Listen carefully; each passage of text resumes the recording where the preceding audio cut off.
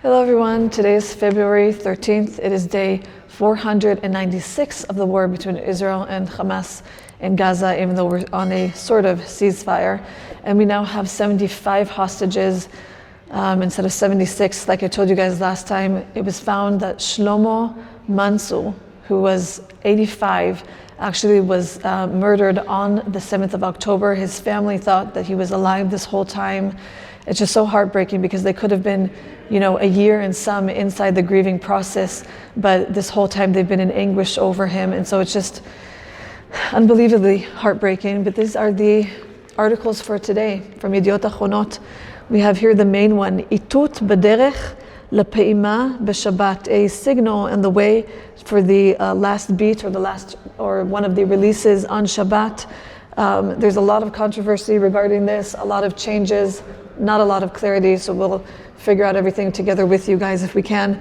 And then we're going to go through another article with Daniella Gilboa in a testimony of actually what they went through, really horrendous descriptions. Let's get into all the news.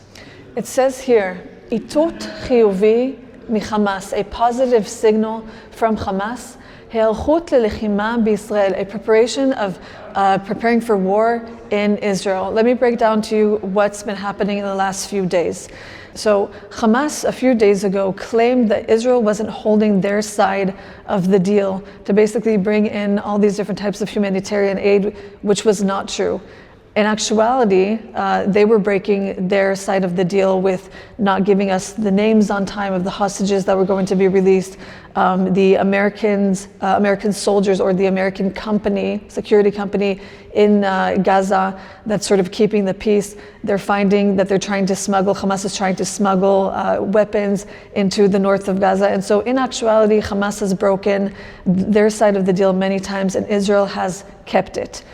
So what Hamas claimed is that because Israel broke it, they basically aren't going to release any hostages and they're putting everything on pause until Israel, quote unquote, does what they need to do.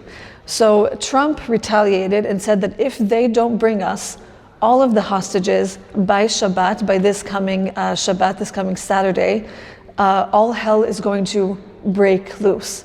Israel sort of, went on that bandwagon and said that they agree with that. But there's also been sort of mixed messages because no one wants this deal to explode.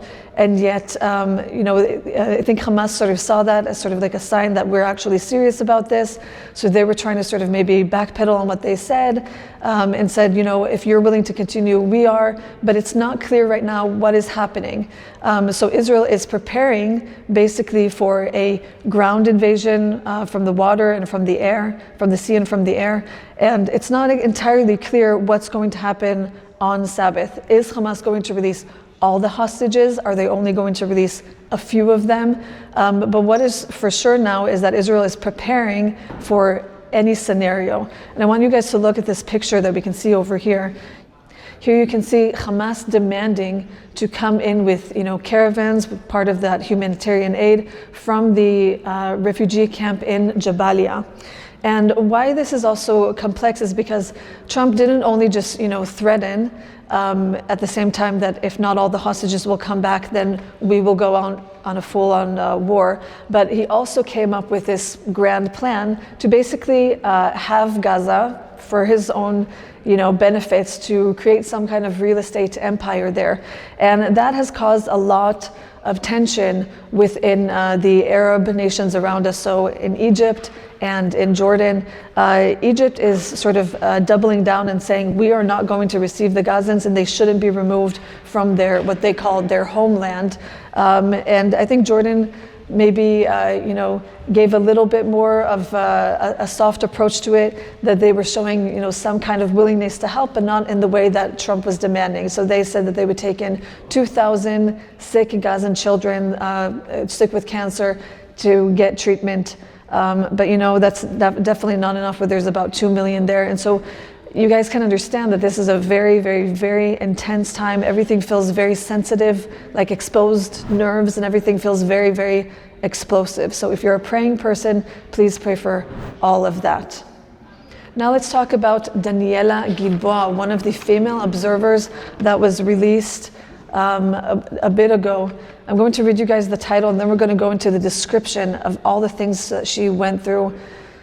Hold on, because it's quite horrendous. Here it says, Hematfuta besdinim, they wrapped her with, bed sheets, vehivlitu et hakakua shela, and they sort of exposed her tattoo, sort of a recognizable part of her that they would know for sure that it's Daniella.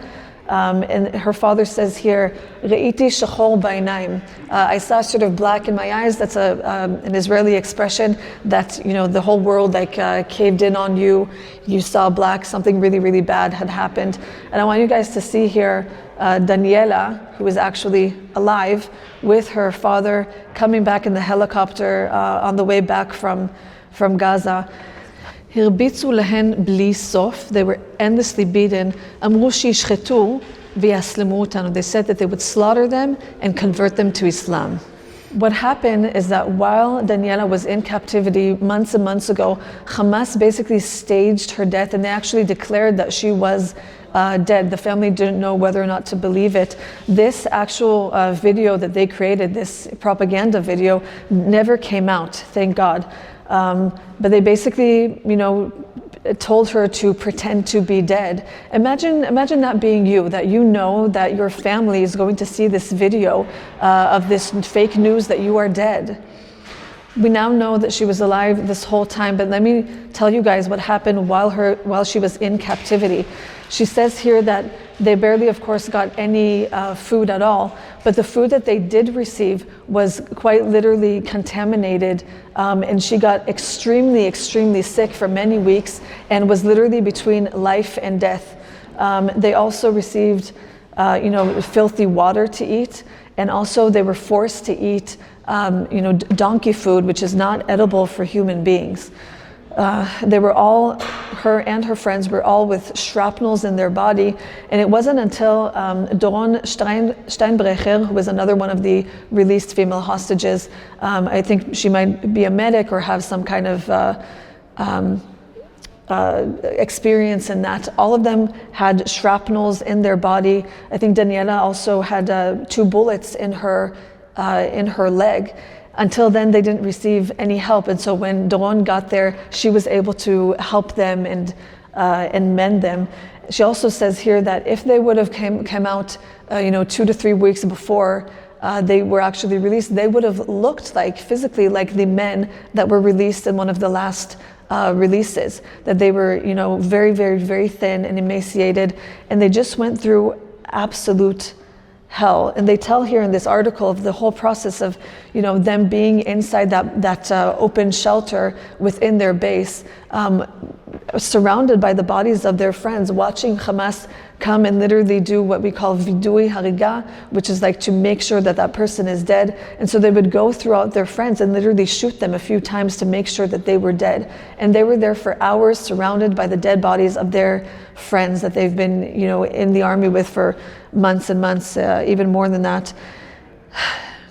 It was a very, very trying time for them, but I want you to look at these images of Daniella, on the helicopter smiling. It says here also that Daniella asked her friends, the female observers that were released with her, to smile on purpose while they were put on that propaganda of a show when they were being released. She told them to, do a V sign as for victory, and to smile and to have their head up high to show that they're Israeli and they're proud. You can also see here the female observers being reunited with Agam Berger, who was released a few days after them. And then a beautiful picture of Daniella that went to a public basketball game. And you can see her here smiling again with the V sign. The female hostages and all the other hostages have done such a great job and did such a great effort to go back to live victorious lives. And I want to show you guys our last, good news for this segment, to show you guys just how much Israel really does hug the hostages and all of the families. Here it says, Festival Tikva B'Park, a festival of hope in the park. And basically Israel came together, all of its artists, its singers, you can see here Tuna, Almagov, Sarit Haddad, Beri Sakharov, all these really famous artists. I also recommend you guys to go on YouTube and search these people up because they're amazing artists. They come together to basically do a festival of hope for the released hostages, their families, the families of the bereaved, to create some kind of national hug, if you will. You know, we don't all know these people personally, but we all support them in different ways, and I think this is the artist's way of showing them love and support. So you can tell that there's a lot of mixed emotions, a lot of intense emotions. So again, pray if you're a praying person, and thank you guys so much for watching and supporting this channel. Let us know your thoughts about today. Let us know where you're watching from. And as always, if you want more Israel-related content, go to allisrael.com, and don't forget to subscribe to this channel, hit the notification bell, and hopefully we'll see you guys next time with much better news.